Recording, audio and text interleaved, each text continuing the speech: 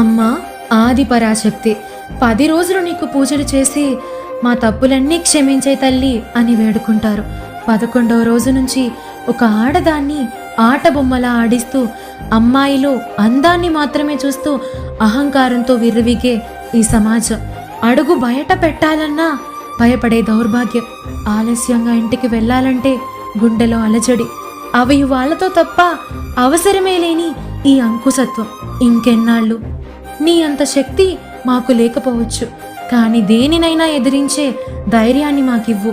ఈ సమాజంలో జరుగుతున్న ప్రతి విషయం నీ కళ్ళ ముందే జరుగుతుందే కదా, అయినా సరే నీ కంటికి కానరావట్లేదే తల్లి.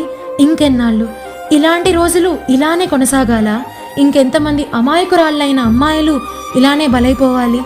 చెడుపై మంచి విజయం సాధించడమే కదా విజయదశమి, కానీ మా బ్రతుకుల్లో విజయం కాదు కదా, వెలుగే లేకుండా